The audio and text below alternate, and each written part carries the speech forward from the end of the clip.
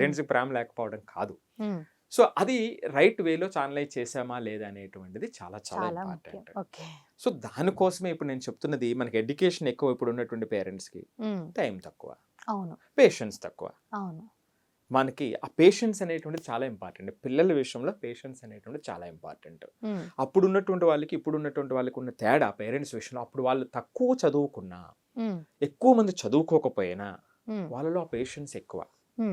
వాళ్ళకి తెలుసు ఈ సిచ్యువేషన్లో ఇప్పుడు వెంటనే ఇది సెటిల్ అవ్వదు, రేపటికి మార్పు వస్తుంది, ఎల్లుండికి మార్పు వస్తుంది అనేటువంటిది. కానీ మనకు ఇప్పుడు అట్లా కాదు, క్విక్ ఫిక్స్.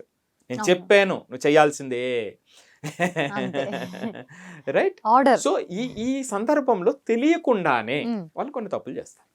అవును, పేరెంట్స్. అవును. అంటే సార్ ఇప్పుడు భయపడుతూ ఉండి కూడా కొన్ని దాస్తూ ఉంటారు సార్ పిల్లలు. సో అది పేరెంట్ ప్లాన్లోకి వస్తుందా? అది కూడా అంటే భయపడిపిస్తుంటే నా కొడుకు నాకు భయపడతాడు, ఏం చేయడు నన్ను దాటి అని చెప్పేసి వింటూ ఉంటాం, పేరెంట్స్ మాట్లాడతారు. సో అది కూడా ఎంతవరకు కరెక్ట్? అంటే భయపడటం వేరు సాధిక, గౌరవంతో ఆగటం వేరు. ఈ రెండు చాలా అంటే సెన్సిటివ్గా ఉంటుంది. ఇప్పుడు మీరు భయపడి ఆగాడు అనుకో, మీ భయం పోయిన మరుక్షణం వాళ్ళు వికృత రూపం బయటకు వస్తుంది, కంట్రోల్ లేకుండా ఉంటుంది కదా. సో కాబట్టి అలా కాకుండా మనం కొన్ని చూస్తే కొంతమందిలో ఏమిటంటే వాళ్ళ మీద గౌరవంతో ఉంటారు.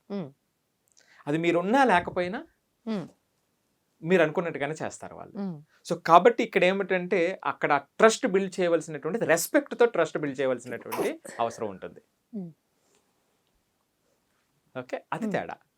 సో మరి ఇప్పుడు ఇక్కడ ఏమిటి, జస్ట్ చాలా సింపుల్గా చెప్తాం. ఏ పేరెంట్ అయినా చూసేటువంటిది, ఎవరికి వాళ్ళు అర్థం చేసుకునేటువంటి విధంగా 3 సమస్యలు చెప్తాను నేను, జస్ట్ 3. ఓకే,